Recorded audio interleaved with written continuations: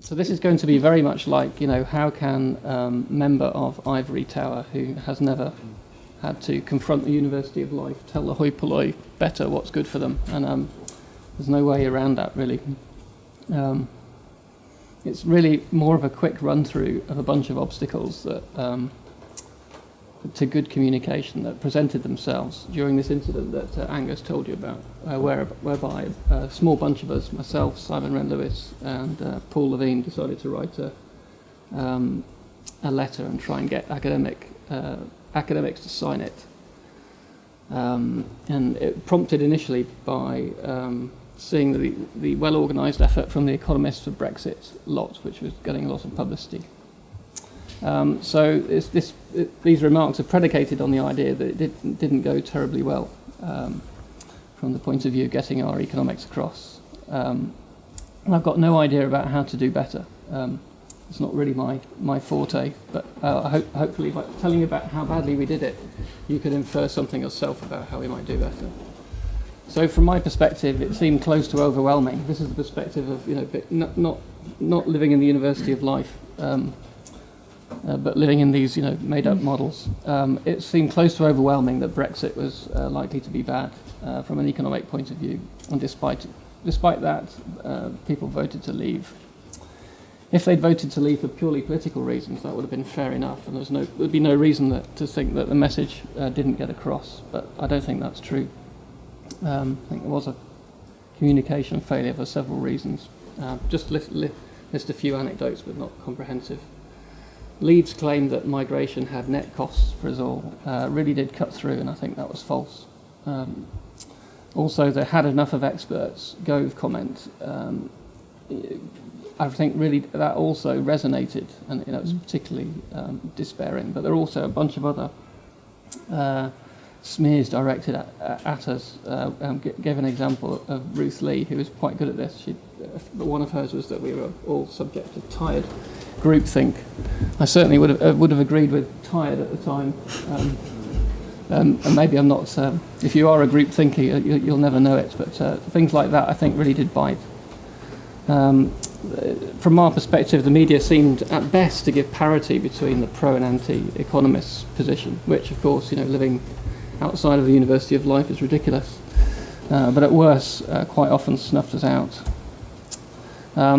Some examples of how difficult it was getting the message into the press. So Kamal Ahmed, the BBC's economics editor, I think, didn't mention our letter at all on his blog or the main coverage, despite mentioning quite a few other contributions from the Brexit side, including, I think, a letter from historians, which was on the pro-Remain side, which seemed particularly galling. Newsnight didn't mention us, that hotbed of Remain liberalism. Our FT, where we first sent the letter, refused to take it. Okay, we were preaching to the converted there, really. So no great tragedy. The Times did eventually take us.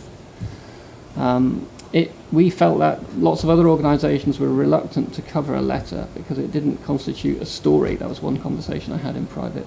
And I suspect also it was about not wanting to concede publicity to a commercial rival, given that the letter arrived on the pages of Times newspaper. Another example was particularly personal to me was my appearance on the Daily Politics show run by Andrew Neil, which was a very amusing one-sided ambush. I can laugh about it now, but it wasn't funny to live through it. Most amusing moment was trying to get across this point about the difference between conditional and unconditional forecasts. So I had, in my sort of, points to make list that I'd made for myself, having interacted with the former governor of the Bank of England's press office, so I knew how he prepared. This story that had cooked up, I think, by Giles Wilkes, who was then at the FT, about, I've no idea how heavy you're going to be in 10 years, but if you eat pizza every day for 10 years, I can sure as hell guarantee you're going to be fatter. And as I started to tell the story, it just clocked in my mind that Andrew Neil himself is, a somewhat portly individual, and that kind of threw me off balance. And so I had I put it in a rather pompous way in the one. So if one were to eat croissant. Oh no. And my dad, who Googles my media appearances furiously, unearthed this Reddit comment. You've got to see this guy. He totally got smashed by Andrew Neil. And at some point, he just starts talking about cakes for no apparent reason. That's hilarious. So what I thought was a sort of mini success also seemed to be a big failure. Okay, contributory factors to all that going wrong. The public and the media, I do think, find lots of economics hard, understandably. And in that context, if there are two arguments on either side presented to them, then it's perfectly rational to treat them with parity, and that's sort of what happened, even though I don't think it was fair. Economists' reputation was heavily tarnished because of the financial crisis. And also, everyone is used to the authorities, the government, even the central bank, misusing economics and statistics in a rather defensive way. So discussion had already been partly debate. And that, of course, emerged during the campaign itself with the emergency punishment budget, which is a really silly thing to threaten, no basis whatsoever. And the way that the Treasury forecasts were couched in terms of sort of certain losses of particular pounds from your pocket. Another factor, I think, was the sort of inflated expectations about the omnipotence of economists and the economic establishment to deliver stability, and that kind of mutates into scorn and suspicion afterwards. So, before the event, for example, the Bank of England were very defensive about claiming that it was their a good policy that had generated macroeconomic stability. And many academics, of course, had already figured out that it may well be largely good luck, but that wasn't allowed out there. And of course, then the establishment pays the price afterwards. Some conceptual difficulties that I think hamper talking about economics are the following. And people in the media and also in government, and I suspect people out there in the University of Life fail to grasp some of these concepts. At least it seems to me. Uncertainty, basic notions of probability people really seem to struggle with that. The concept of a forecast, what it is, the difference between a conditional and unconditional forecast, which just makes people glaze over, even when you start talking about cakes. What does it mean for a forecast to be invalidated, and what can be inferred when it is? And the classic example again is the fact that this claim that the Bank of England and other forecasts were wrong about Brexit. We've had one run of reality to compare with a probabilistic forecast, and somehow that forecast is wrong. And the whole establishment of economics is laughed at again.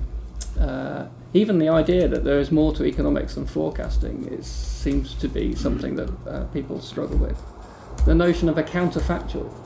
So, on Twitter, which I also inhabit, on not quite the same scale as Francis, I often get comments like, "We'll really thrive outside the EU." And I said, "Well, that's not the point.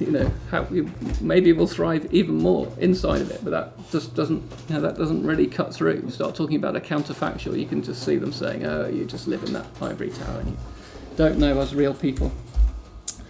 Another example is this sort of view of migration as sort of widget supply. Surely, if you supply more widgets, the price of widgets is going to go down. And following Jonathan Portes's feed, he ought to get a knighthood for the amount of times he's tried to explain that to literally hundreds of people probably. But it doesn't. We don't seem to make progress. Some challenges for people like me interacting with the media. Incentives. I'm not paid for doing it or rewarded really in any way that I can detect. Impact, which people talk about, it is a research evaluation framework concept. That is not about this at all. That's about something completely different. Another phenomenon is the sort of superstar journalists, even economics journalists, totally ignoring unknown people like me.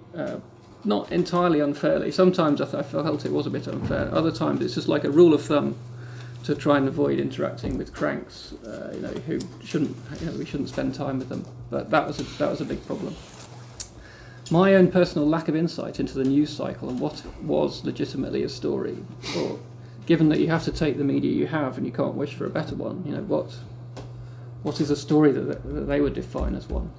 lack of control over the timetable and content, extremely uncomfortable, and it was very unfamiliar at first. I personally I find it very scary. You realise you can, wreck your career in a few seconds of unguarded mumbling or, misdirected remarks about cakes or Andrew Neil's weight. And the response often comes back, why don't you get some media training? But really, there's not enough repeat experiences to, in a quick enough time frame, to make good use of it to justify what's actually very, very expensive undertaking. I'm out of time, so I'll stop. Thank you very much, Tony.